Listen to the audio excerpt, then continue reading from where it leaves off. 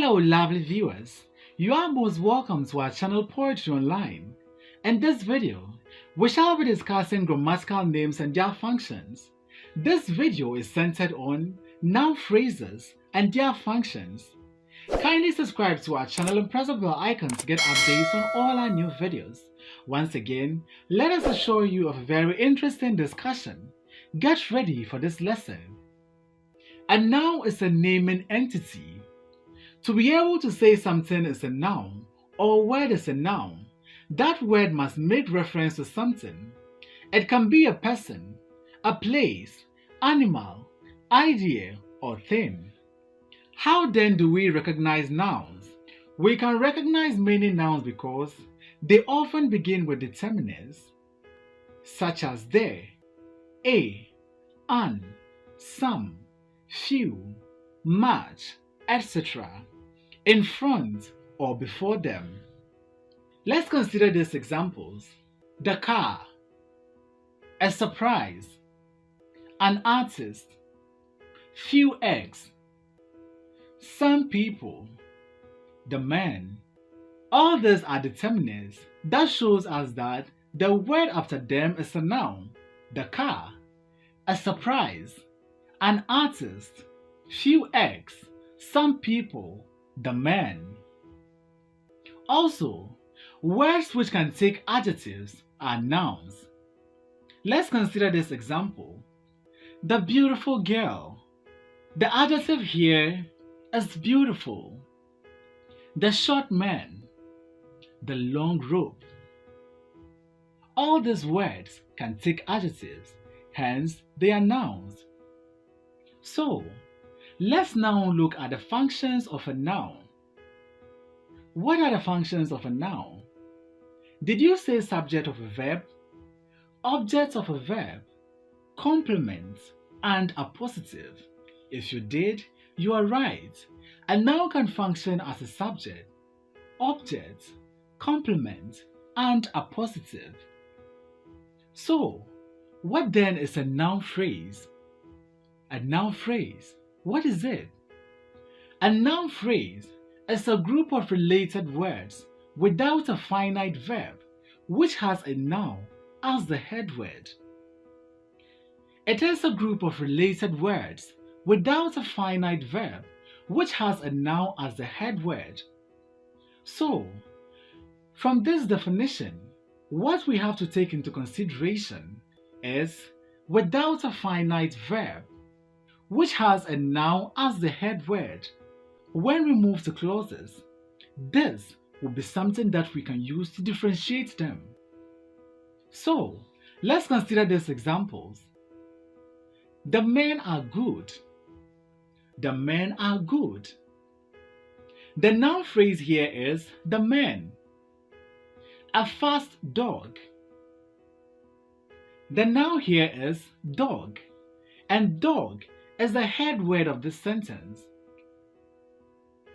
A big car. The head word of this sentence is car, and car is a noun. Therefore, this is a noun phrase. A brown book. Book is the head word of this sentence, and it is a noun. The bird in the cage. The bird is the head word in this sentence, and it is a noun. Hence, the bird is a noun phrase. What are some of the things you can use to identify noun phrases? Some noun phrases begin with determiners. Some noun phrases begin with determiners. Not all, but some. Determiners like articles, there, a, an. Possessives like my, your, his, her, our, dear. Demonstratives like this, that, these, those. Quantifiers like some, all, both, many, few. Let's use these examples to demonstrate our point. Give me the book. The book is a noun phrase in this sentence. 1. Book is a noun. and it has the determiner there. This is my father. My father is the noun phrase. It has the possessive pronoun my. His mother is a good woman. It has the article a good woman. Their house is beautiful. This one has the possessive their house. Therefore, their house is the noun phrase. Some men are womanizers. Some is a quantifier. Therefore, some men is a noun phrase. All students are stubborn. All is a quantifier, which comes before the noun students. All students is a noun phrase. That car is very fast. That car is a noun phrase. One car is a noun, and it begins with a determiner, that. So, let's now consider how a noun phrase can function as a subject of a verb. When we say subject, what comes to your mind? The subject shows a doer or performer of an action. The subject can be a person, animal, or thing. It is the head of a sentence.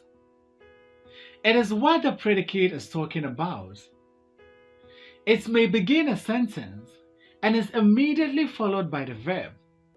The subject answers the question, who or what is performing the actions of the verb. Again, the subject can be replaced by a pronoun. Let's illustrate this with examples. The subject shows a doer of an action, and we said the subject can be a person, animal, place, or a thing. So, you have to disabuse your mind of the notion that the subject is always a person or an animal. No, the subject can be a thing, a place, or an idea. Let's consider these examples. Ama Ata Edo wrote no sweetness here. Who wrote no sweetness here? Ama Ata Edo. Ama Ata Edo is the subject of the verb wrote. Ama Ata Edo is human, or we can say Ama Ata Edo is a person. This is a noun phrase functioning as the subject. The television is loud. The television is loud. The television is a noun phrase functioning as the subject of the verb is loud. The television is a thing, yet it functions as the subject of this sentence. The cat is cute. What is cute? The cat is cute. So the cat is the subject of this sentence. So always remember that a subject shows a doer or performer of an action, which may not necessarily be a human. It can be an animal, a place, or a thing. For instance, if I say, London is beautiful, London in that case is the subject of the sentence. We said the subject is the head of a sentence. Let's use these examples to demonstrate that. Some teachers are friendly. The head of the sentence is what? Some teachers. Therefore, some teachers is a noun phrase functioning as a subject of the verb are.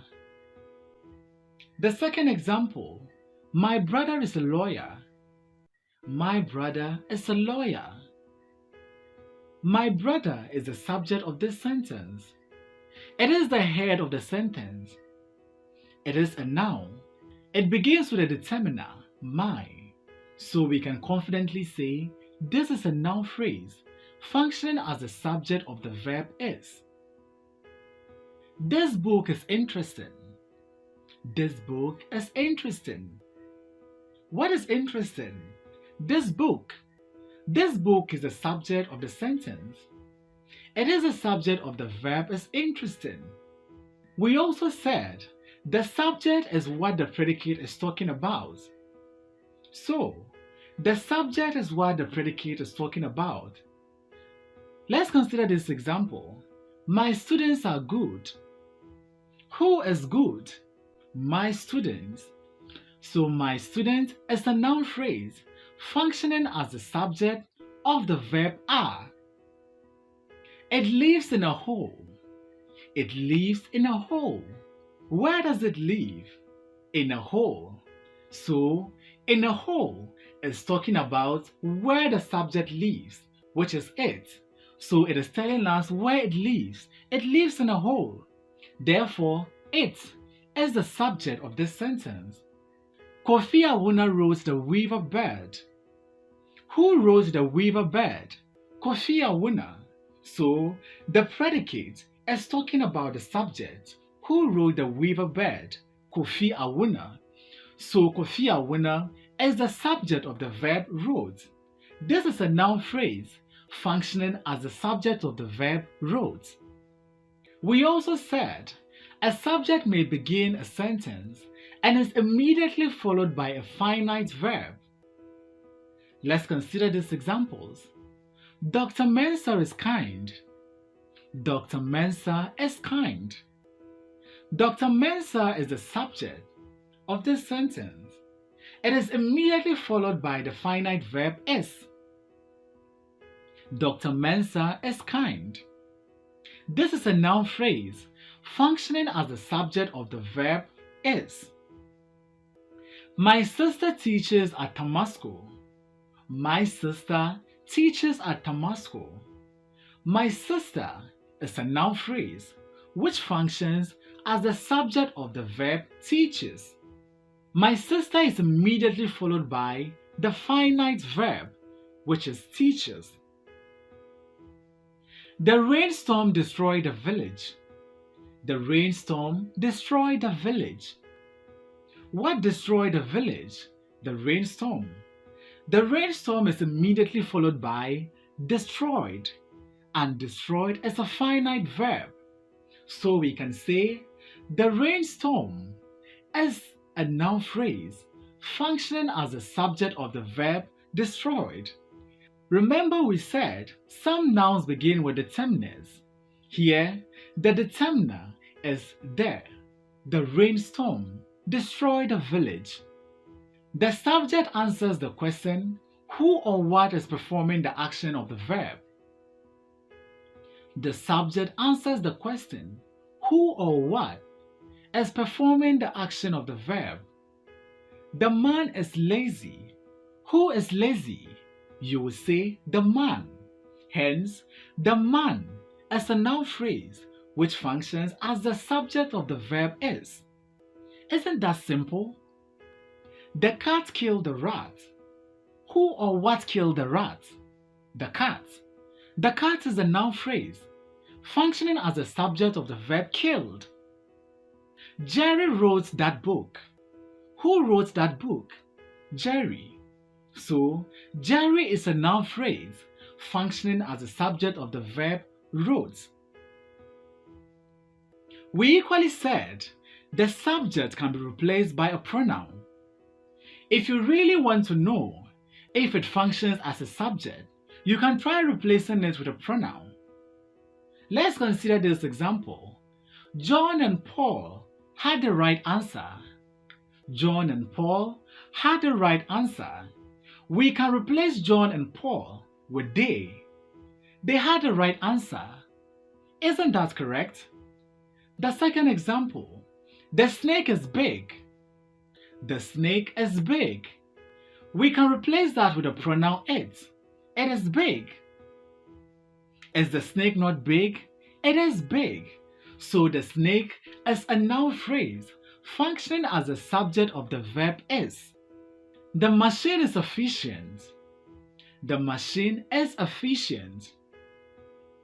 We can replace the machine with it. It is efficient. What is efficient? The machine. So, the machine is a noun phrase that functions as the subject of the verb is. We equally said that a noun phrase can function as an object of a verb. What do you understand by an object? The object is the receiver of the actions of the subject and indicated by the verb. They follow transitive verbs and answer the question who or what is suffering or benefiting from the actions of the verb. Here, you have to disabuse your mind of the dictionary meaning of object to mean something that is inanimate. No, here, an object can be a person, an animal, a place, or a thing. So, an object does not necessarily mean it is an inanimate thing. Humans can be an object in a sentence. So, we said that they follow transitive verbs. What do you understand by transitive verbs? A transitive verb is a verb that requires an object in order to make a complete meaning. A verb that requires an object in order to make a complete meaning or express a complete thought. In other words, without an object, that transitive verb will cease to make any sense. For example, if I say I saw, everyone will ask, you saw what? Or what did you see? So, saw is a transitive verb. It requires an object. I saw my mother. I saw my cat. This morning I greeted. You greeted who? This morning I greeted my parents. So, the transitive verb here requires an object. Hence we say object followed transitive verbs. James visited. Who did James visit? Or James visited who? That is a question everyone will ask. But once I say James visited my mother, the sentence now makes a complete meaning. James visited my mother. Bring me. You will ask me, bring what? Bring is a transitive verb. It requires an object. Bring me a cup of coffee. Bring me a teaspoon. Bring me a tripod stand. Then John called. Who did John call? This requires an object to make a complete meaning. Hence, John called Majid. John called Paul. One thing that you can use to identify the object of a sentence is that it comes immediately after a transitive verb. And we said a transitive verb requires an object in order to make a complete meaning. For example, we saw the tractor. We saw the tractor. The tractor is the object in this sentence. It comes immediately after the transitive verb saw. We saw the tractor. So the tractor is the noun phrase, functioning as the object of the verb saw. I have to greet all these people. I have to greet all these people. All these people is the noun phrase, functioning as the object of the verb greet. And why do we say so? Greet is a transitive verb which requires an object to make a complete meaning. Other than that, the sentence will sound, I have to greet. Who do you have to greet? All these people. So all these people is the noun phrase functioning as the object of the verb. We must not hide the truth. We must not hide the truth. The truth is the object in this case.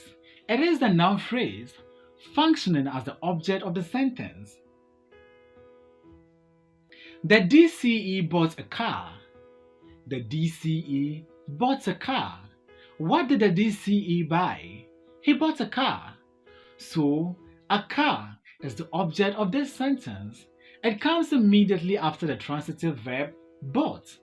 If I say the DCE bought, you will ask me, bought what? He bought a car. So a car is the object of the verb bought.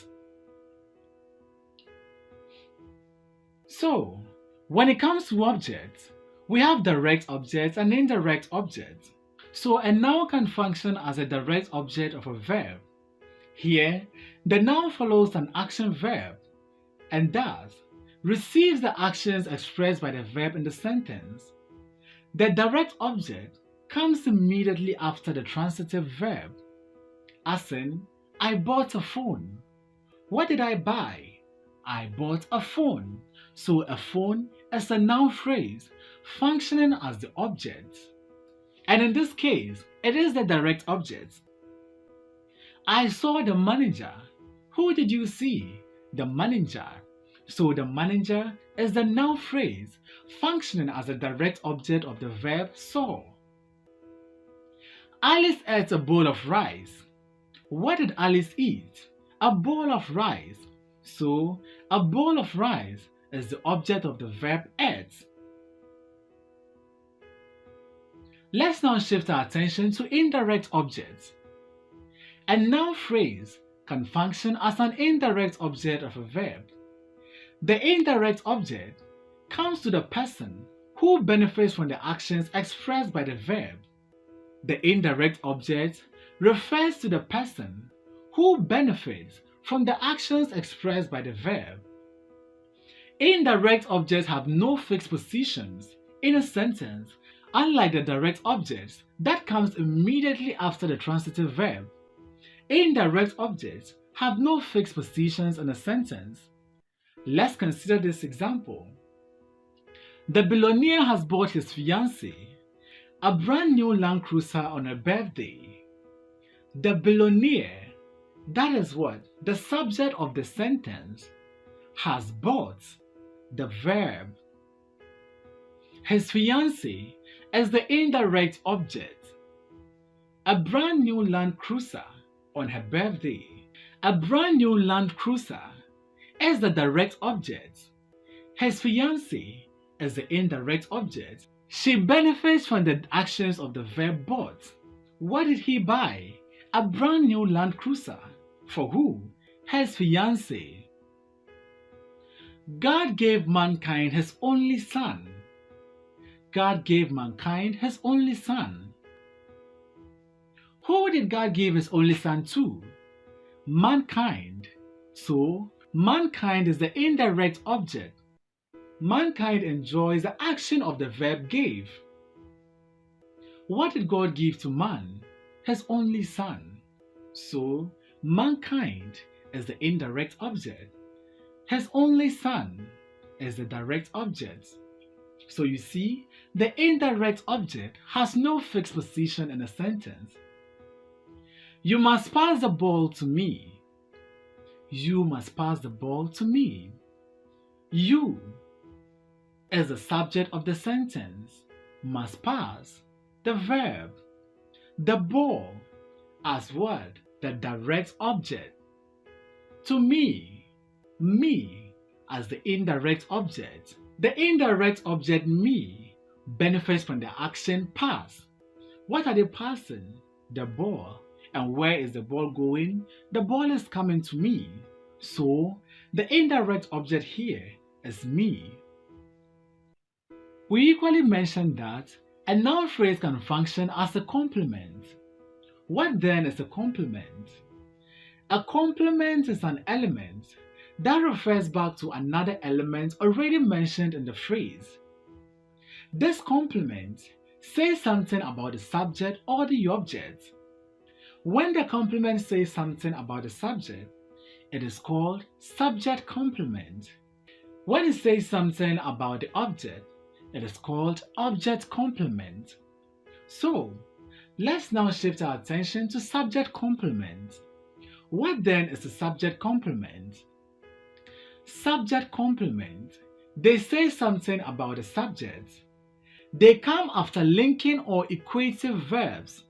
They come after linking or equative verbs such as were, is, be, been, become, feel, appear, look, feel. So whenever a noun phrase comes after a linking or equative verb, it is automatically a subject complement. Let's consider these examples. You are my role model. You are my role model. The noun phrase here is my role model. What is its function? It is the complement of you. It tells us more about the person. You are my role model. My mother is a teacher. My mother is a teacher. As we said, subject complement comes after linking or equative verbs. So the linking verb here is, and the noun phrase is a teacher. So this is a subject complement. It gives us more information about the mother. My mother is a teacher. He became the pride of the North. He became the pride of the North. The pride of the North is a noun phrase functioning as the subject complement. It tells us more about he. What did he become? He became the pride of the North. So, the subject complement says something about the subject. You are my role model. You is a subject. My role model tells us more about the subject. My mother is a teacher. My mother is a subject. And a teacher tells us more about the subject. Therefore, it is a subject complement. Let's now shift our attention to object complement. As we said earlier, object complement says something about the object. They come directly after the object they are talking about. They come directly after the object they are talking about. Let's consider this example. Many people consider this man their role model. Many people consider this man their role model. Many people is the subject in this sentence. Consider as the verb. This man as the object, their role model. Who did they consider as their role model? This man. And this man is the object of the sentence. Hence, their role model is a noun phrase functioning as an object complement. The people of Ghana made Nana Addo their president. The people of Ghana made Nana Addo their president. The people of Ghana, that is the subject of this sentence. Made is the verb.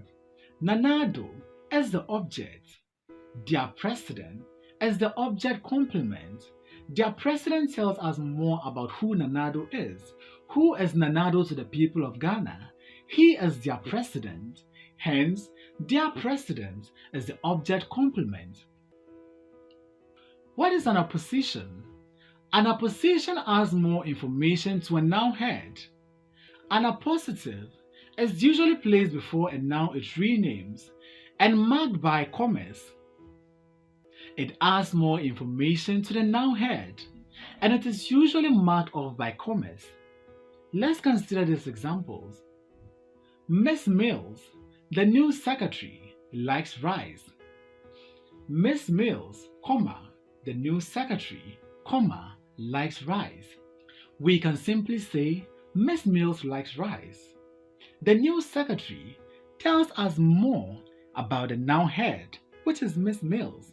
This is a noun phrase that functions as an appositive. I love Ghana, our motherland. I love Ghana, our motherland. The noun head here is Ghana. Our motherland is still talking about Ghana. Hence, our motherland is a noun phrase functioning as an appositive. Nana Addo, the president of Ghana, is a generous man. Nana Addo, the president of Ghana, is a generous man. Nana Addo, the president of Ghana, all referring to the same person. Hence, the president of Ghana is a noun phrase functioning as an appositive. We can equally eliminate the president of Ghana and say Nana Addo is a generous man, and this sentence will have the same meaning. In our next lesson, we will be discussing noun clauses and their functions. Thanks for watching this video. Please don't forget to like, comment, subscribe, and share this video.